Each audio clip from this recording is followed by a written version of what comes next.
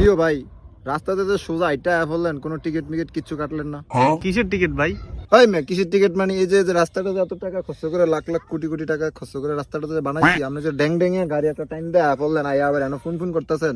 ভাই মিয়া আমগো এলাকাতে ঢুকতে গিয়ে আবার টিকিট লাগে নাকি এলাকার রাস্তার মধ্যে? ফাইজলামি পাইছেন মিয়া? রে আমি তো ভাবছি অন্য এলাকাতে আইসা, অন্ধে এটা ইয়াগো নিজে গুই এলাকা। হে বেটা তুই কি ভাবস কি যে আমার টিকিট পুরো তোর এলাকা কই? भाई यहाँ पे क्या हो रहा भाई, ये कहाँ फंस गया भाई मैं। ও ভাই, আসলে আমি ওই গার্লফ্রেন্ডে আইছিলাম একটু ঘুরতে, বুঝছেন? ওটা খাইতাম গেছি, আর গার্লফ্রেন্ডে অনেক বেশি খাওয়ানো অর্ডার জ্বালাইছে।